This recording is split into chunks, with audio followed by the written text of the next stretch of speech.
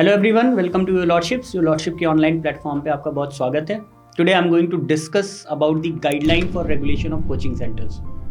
जो coaching centres को regulate करने के लिए गाइडलाइन आई है भारत सरकार की, मैं उसके बारे में डिस्कस करूंगा। 16 जनवरी 2024 को ministry of education, department of higher education ने एक गाइडलाइन इशू की है, जिसको उसने सभी राज्य और सभी यूटीज को भेजा है, यूनियन टेरिटरीज को भेजा है, जिसके तहत कोचिंग सेंटर्स का रेगुलेशन कैसे करना है, इसके बारे में बताया गया है। सबसे पहले मैं आपको बताऊंगा कि ये क्यों इतना जरूरी हो गया कि सेंट्रल गवर्नमेंट को एक गाइडलाइन इशू करनी पड़ी। 2013 में सुप्रीम कोर्ट में एक PIL फाइल होती है, public interest litigation, in the matter of student federation of India versus union of India, और इसमें सुप्रीम कोर्ट में मिनिस्ट्री ऑफ एजुकेशन को भी पार्टी बनाया जाता है और उसमें ये मांगा जाता है, ये बोला जाता है कि जो कोचिंग इंस्टीट्यूशन है उनको रेगुलेट किया जाए, उनकी फीस को रेगुलेट किया जाए और उनके जो अफेयर्स हैं उनको रेगुलेट करना किया जाए। इसके लिए एक सुप्रीम कोर्ट ऑर्डर पास करे। सुप्रीम कोर्ट 3 फरवरी 2017 को इस PIL को डिस्पोज ऑफ कर देती है, ये डायरेक्शन देते हुए कि ये जो कोचिंग सेंटर्स का मामला है ये एजुकेशन से रिलेटेड है, मिनिस्ट्री ऑफ एजुकेशन भी इसमें पार्टी है, तो मिनिस्ट्री ऑफ एजुकेशन इस पे एक पॉलिसी बनाए, ये पॉलिसी मैटर है तो इस पे पॉलिसी बनाए। इसी के संबंध में ministry of education letters issue करती है स्टेट्स को, क्योंकि जो एजुकेशन है वो हमारे संविधान में दोनों को दिया गया है। राज्य सरकार भी उस पर कानून बना सकती है और केंद्र सरकार भी उस पर कानून बना सकती है। मीन्स जो सेंट्रल लेजिस्लेटिव बॉडी है पार्लियामेंट, वो भी उस पर कानून बना सकती है और जो स्टेट असेंबलीज होती हैं वो भी कानून बना सकती है। तो इस डायरेक्शन में जो सुप्रीम कोर्ट ने PIL में डायरेक्शन दिया 2017 को, उसको बेसिस बनाते हुए सेंट्रल गवर्नमेंट ने 3 लेटर्स इशू किए 4 अप्रैल 2017। उसके बाद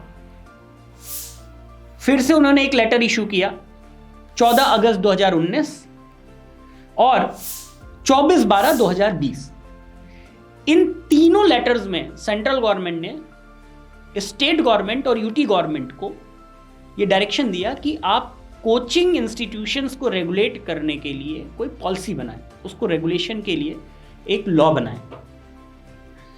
इसके अलावा अशोक मेहता कमेटी रिपोर्ट थी, जिसमें प्राइवेट कोचिंग इंस्टीट्यूशंस के बारे में रिपोर्ट दी गई कि कैसे इसका रेगुलेशन होना चाहिए, क्या क्या इसके प्रोज एंड कॉन्स हैं। Justice Rupalwal commission of inquiry to address the issues of suicides of student, एक कमीशन बनाया गया, जस्टिस रूपलवाल कमीशन, जिन्होंने जो छात्रों द्वारा सुसाइड किए जा रहे थे उस पर रिपोर्ट दी। तो इन सबको आधार बनाते हुए सेंट्रल गवर्नमेंट ने एक गाइडलाइन इशू किया। तो जो मेन मुद्दा है इस गाइडलाइन का, कोचिंग सेंटर्स को रेगुलेट करने का, जिसमें आपने सुना होगा कि अब सेंट्रल गवर्नमेंट ने ये गाइडलाइन दे दी है कि 16 साल से कम के बच्चे के लिए कोचिंग इंस्टीट्यूट नहीं हो सकती, आप उसको कोचिंग में रजिस्टर नहीं कर सकते। तो अभी मैं बताऊंगा कि इस गाइडलाइंस के और क्या क्या पार्ट हैं। मेन जो इशू रिलेटेड है वो रिलेटेड है सुसाइड केसेस ऑफ स्टूडेंट्स। आपने देखा होगा हाल ही में बहुत सारे जब रिजल्ट्स आते हैं, चाहे वो नीट के रिजल्ट हो, किसी और मेडिकल एग्जाम का रिजल्ट हो, इंजीनियरिंग एग्जाम का रिजल्ट हो, क्लैट का रिजल्ट हो, उसके बाद बहुत सारे छात्र सुसाइड कर लेते हैं। तो ये भी एक बहुत बड़ा मुद्दा था कि वो कोचिंग करते हैं, कॉलेज करते हैं, उनके ऊपर इतना प्रेशर आ जाता है कि वो सुसाइड कर लेते हैं। आपने देखा होगा दिल्ली में एक कोचिंग इंस्टीट्यूट में आग लग गई, उसमें भी बहुत सारे बच्चे जख्मी हो गए। मध्य प्रदेश में एक कोचिंग इंस्टीट्यूट में आग लगी, कई बच्चों की उसमें मौत हो गई। और भी बहुत तरह की जो टीचिंग मेथोडोलॉजीज हैं उन सबको ध्यान में रखते हुए ये गाइडलाइन बनाई गई। इन सब मुद्दों को ध्यान में रख के ये गाइडलाइन बनाई गई। इसमें एक और इशू को रेगुलेट करने की बात हुई कि जो प्राइवेट कोचिंग सेंटर्स हैं वो कंट्री में बहुत तेजी से ग्रो कर रही हैं बिना किसी गाइडलाइन के, और मनमाने तरीके से वो फीस ले रही हैं स्टूडेंट्स से, जो स्टूडेंट्स पे एक अनड्यू स्ट्रेस डालता है, एक दबाव डालता है। और अगर बच्चा एग्जाम नहीं निकाल पाता है तो उसे लगता है कि मैंने बहुत पैसे खर्च कर दिए कोचिंग में या फिर यूनिवर्सिटीज़ में, इसकी वजह से वो सुसाइड कर लेता है, जो सुसाइड का एक बहुत बड़ा रीजन है, and it is actually loss of previous lifes. तो इन सब को ध्यान में रखते हुए ये गाइडलाइन बनाई गई। सेंट्रल गवर्नमेंट ने अपनी इस गाइडलाइन का जो 9th पॉइंट है उसमें लिखा है कि जो नेशनल एजुकेशन पॉलिसी है 2020 that has been announced on 29th of July 2020, उनका जो फोकस है वो क्या है, वो ये लिखते हैं NEP 2020 is focus on regular formative assessment for learning rather than summative assessment that encourages today's coaching culture। वो साफ साफ लिखते हैं कि जो नेशनल एजुकेशन पॉलिसी है 2020 की, उसका जो फोकस है वो ये है कि एक फॉर्मेटिव असेसमेंट होना चाहिए लर्निंग के लिए, जिससे बच्चा सीख पाए, और सिर्फ समेटिव असेसमेंट नहीं होना चाहिए, मतलब एक बहुत छोटा सा या आप कह दें कि समरी टाइप का कोई असेसमेंट बच्चे का नहीं होना चाहिए जो कोचिंग इंस्टीट्यूशन या कोचिंग कल्चर को बढ़ावा दे। ये ऐसा उन्होंने लिखा। इसके बाद आप देखेंगे तो गवर्नमेंट ने यह भी लिखा है अपने पैरा 15 में कि हमने ये कोचिंग की वजह से बच्चों के ऊपर बहुत प्रेशर ना आए, अनरेगुलाइज्ड कोचिंग इंस्टीट्यूशंस ना रहे, इसके लिए हमने तरह तरह के एग्जाम NEP में डाले हैं। जैसे एक common university entrance test CUET का एग्जाम लिखा है जो 13 रीजनल लैंग्वेजेस में कराते हैं, और भी हायर एजुकेशन के जो इंस्टीट्यूशंस हैं उसके एग्जाम कराते हैं। और पैरा नंबर 19 में भी ये बताया गया है, सेंट्रल गवर्नमेंट ने अपनी गाइडलाइन में कहा है कि बहुत सारे स्टेट्स ने कोचिंग इंस्टीट्यूशंस को रेगुलेट करने के लिए लॉ बनाया भी है। जैसे बिहार ने लॉ बनाया है, Bihar coaching institute control and regulation act 2010, Goa coaching classes regulation act 2001, Uttar Pradesh regulation of coaching act 2002, Karnataka tutorial institutions registration and regulation rules 2001, Karnataka education act 1983, Manipur coaching institute control and regulation act 2017, and then Rajasthan ने भी एक coaching का bill बनाया, Rajasthan coaching institute control and regulation bill 2023। तो बहुत सारे states ने ये प्रयास भी किया कि ये लॉ बना करके इसको रेगुलेट किया जाए, लेकिन उसके बावजूद जो स्टूडेंट्स के कंसर्न थे वो एड्रेस नहीं हो पाए। इस गाइडलाइन का जो ऑब्जेक्टिव है वो क्या है, वो ऑब्जेक्टिव ये है to provide a framework for registration and regulation of coaching centre. अब जितनी भी कोचिंग सेंटर होंगी उनका रजिस्ट्रेशन कराना मैंडेटरी है। अगर वो नई कोचिंग इंस्टीट्यूट है तो आप रजिस्ट्रेशन कराएंगे अथॉरिटी के साथ, एक रजिस्ट्रेशन अथॉरिटी बनेगी, और अगर आप एग्जिस्टिंग कोचिंग इंस्टीट्यूट हैं तो आपको फ्रेश एप्लीकेशन देना पड़ेगा 3 महीने के अंदर। To suggest minimum standard requirement to run a coaching centre, और अब एक मिनिमम स्टैंडर्ड सेट करेगी कि इसी हिसाब से कोचिंग चल सकता है। Safeguard the interest of student enrolled in coaching centres, जो स्टूडेंट कोचिंग सेंटर जा रहे हैं उनके इंटरेस्ट को भी प्रोटेक्ट करना। सबसे पहले हम ये पता करेंगे कि कोचिंग का मतलब क्या होता है। तो इनका जो 4th पॉइंट है, 4 का सब पॉइंट 2, वो ये कहता है कोचिंग मीन्स ट्यूशन, इंस्ट्रक्शन और guidance in any branch of learning imparted to more than 50 students.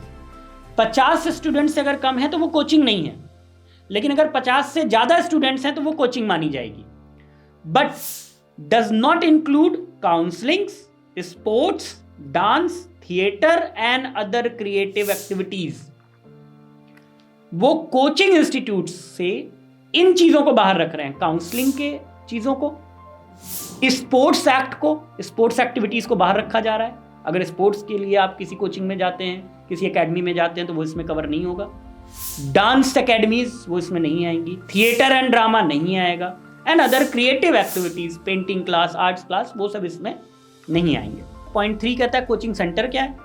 Coaching centre includes a centre established run और administered by a person to provide coaching for any study programme और competitive examination और academic support to student at school, college, at university level for more than 50 students. तो 50 से ज्यादा बच्चों के लिए अगर आप कॉम्पिटिटिव एग्जाम्स, स्टडी प्रोग्राम्स या फिर बच्चों को सपोर्ट करते हैं स्कूल, कॉलेज या यूनिवर्सिटी लेवल पे, तो वो कोचिंग सेंटर माना जाएगा। इस गाइडलाइन का जो 5वां पॉइंट है वो ये कहता है कि अब कोचिंग सेंटर्स के लिए रजिस्ट्रेशन मैंडेटरी है, और इसी क्रम में ये कहते हैं कि आपको 3 महीने, जो एग्जिस्टिंग कोचिंग है उनको 3 महीने के अंदर रजिस्ट्रेशन करा लेना है। और आप जब रजिस्ट्रेशन कराएंगे हर साल आपको इसका रिन्यूअल कराना है। रजिस्ट्रेशन की कंडीशंस क्या होंगी? 6th पॉइंट इनका कहता है, no coaching centre shall engage tutor having qualification less than graduation. Graduation से कम क्वालिफिकेशन का ट्यूटर कोचिंग में नहीं रखा जाएगा। किसी भी तरह का मिसलीडिंग प्रॉमिस या एडवर्टीजमेंट नहीं होगा।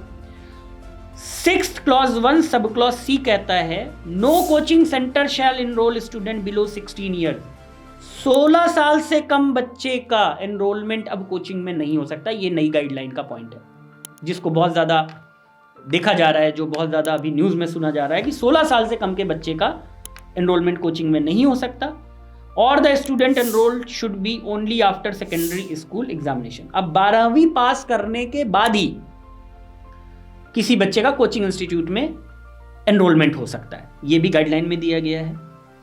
और उन्होंने हर स्टूडेंट के लिए एक मिनिमम फैसिलिटी रख दी है कि आपको इतना एरिया अलॉट करना है पर स्क्वायर मीटर, 1 स्क्वायर मीटर आपको देना है बच्चे को, हर बच्चे के लिए। और उन्होंने कहा, hire the service of any tutor और person who has been convicted for any offence involving moral turpitude. कोई ऐसा टीचर आप नहीं रखेंगे जो मॉरल टर्पिट्यूड के किसी ऑफेंस में वो कन्विक्टेड हुआ हो, जिसका आचरण अच्छा ना रहा हो। 6th कंडीशन में ये लिखते हैं कि हर कोचिंग की अपनी वेबसाइट होगी जिसपे वो अपडेटेड डिटेल्स लिखेगा, ट्यूटर्स की क्वालिफिकेशन लिखेगा, कोर्सेज लिखेगा, ड्यूरेशन लिखेगा, हॉस्टल फैसिलिटी लिखेगा अगर देता है, और फीस क्या चार्ज कर रहा है वो लिखेगा। इसके अलावा वो इजी एग्जिट पॉलिसी भी लिखेगा। अगर कोई बच्चा कोचिंग ज्वाइन करता है, अब वो छोड़ना चाहता है, तो आपकी इसमें क्या पॉलिसी है वो आपको बतानी पड़ेगी। और 7th पॉइंट इनका कहता है, कोई भी कोचिंग इंस्टीट्यूट अब इस तरह के वर्ड यूज नहीं करेगा कि approved by government, recognised by this institution. इस तरह का अब किसी भी तरह का साइन बोर्ड या प्रोस्पेक्टस आप नहीं छाप सकते हैं। और कोई भी कोचिंग क्लासेस होगी वो shall not be conducted during their institution school hours. Institution या स्कूल आवर्स के टाइम में कोई भी कोचिंग इंस्टीट्यूट अब नहीं चलेगी। ये उनका गाइडलाइन है। फीस से रिलेटेड 8th पॉइंट में वो कहते हैं, the tuition fee of different courses curriculum being charge shall be fair and reasonable and receipts for the fee charge must be made available. Reasonable होनी चाहिए। अब रीजनेबल ये क्या है, ये या तो गवर्नमेंट डिसाइड करेगी अपने ऑर्डर में या फिर किसी नोटिफिकेशन में। और कहते हैं ये फीस आप अपने प्रोस्पेक्टस में लिखेंगे किस कोर्स की आप कितनी फीस ले रहे हैं। 8th का 4th पॉइंट कहता है, if the student has paid for the course in full and is leaving the course in the middle of the prescribed period, student will be refunded from out of the fee deposited earlier for remaining period on pro रेटा basis with in 10 days.